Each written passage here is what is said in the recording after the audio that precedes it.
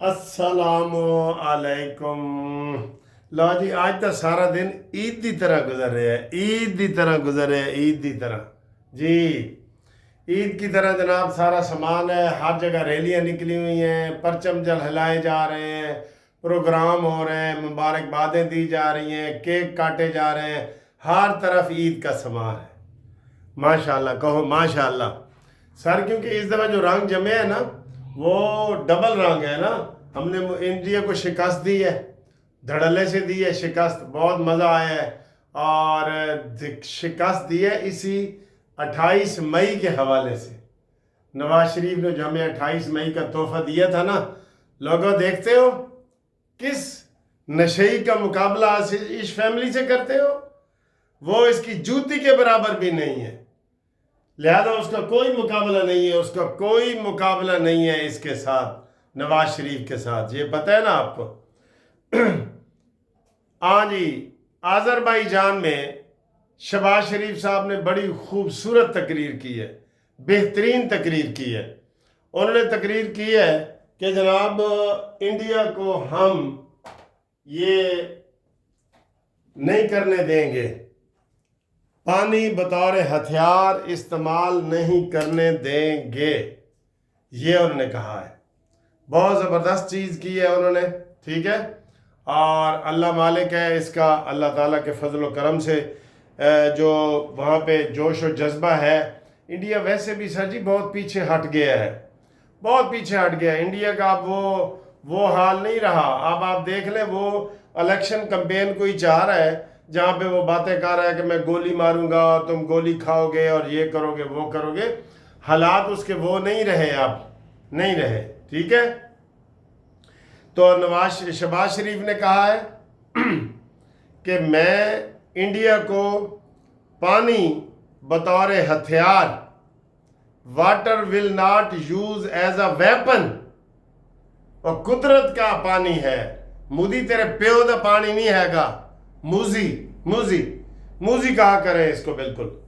تو یہ انہوں نے کہا ہے، وہاں پہ سہ افریقی اتحاد ہوئے اور انہوں نے بلے بلے جناب وہ پاکستان کی ہے۔ انہوں نے کہا جی ہم ہر لحاظ سے پاکستان کے ساتھ ہیں، ہر لحاظ سے، ٹھیک ہے۔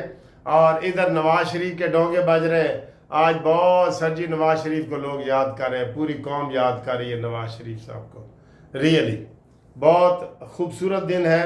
28 مئی کی آپ کو بہت بہت مبارک ہو۔ میں بھی ابھی کیک لے کے جا رہا ہوں اپنے بھائی کے پاس، اور وہاں جا کے ہم یوم تکبیر کا کیک کاٹیں گے اللہ کے فضل سے۔ اور یوم تکبیر ویسے بھی آپ کو پتہ ہے جو عید ہے وہ بھی آ رہی ہے، انہی دنوں میں ہی آ رہی ہے، تو بہت اچھے دن ہے سر جی، یہ بہت اچھے دن ہے جو چل رہے ہیں نا، یہ بہت اچھے دن ہے۔ لو جی، آج مبشر لقمان نے ان کا کچا چٹھا کھول دیا ہے جی۔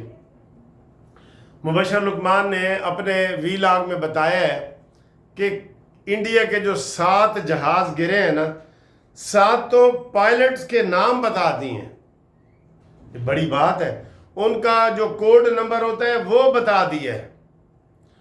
ان میں سے انہوں نے کہا جی 4 مر گئے ہیں، 3 زخمی پڑے ہیں، اور مودی اور ان کے جو سینا کے سربراہ ہیں ان کو اتنی توفیق نہیں ہوئی کہ جناب جا کے کسی کا کوئی ہسپتال میں پوچھ لیں، ڈر کے مارے کہ جناب میڈیا کو پتہ لگ جائے گا، یا جو فوت ہوئے ہیں ان کے گھر چلے جائیں، نہیں یہ۔ اور ہمارا آرمی چیف ہر بچے کے گھر جا رہا ہے، جو شہید ہوئے ہیں بچے ان کے گھر جا رہے ہیں، سب جا رہے ہیں۔ یہ ہوتا ہے سر، کہتے ہیں نا کہ جھوٹ کے پاؤں نہیں، یہ ہوتا ہے جھوٹ کے پاؤں نہیں والا قصہ۔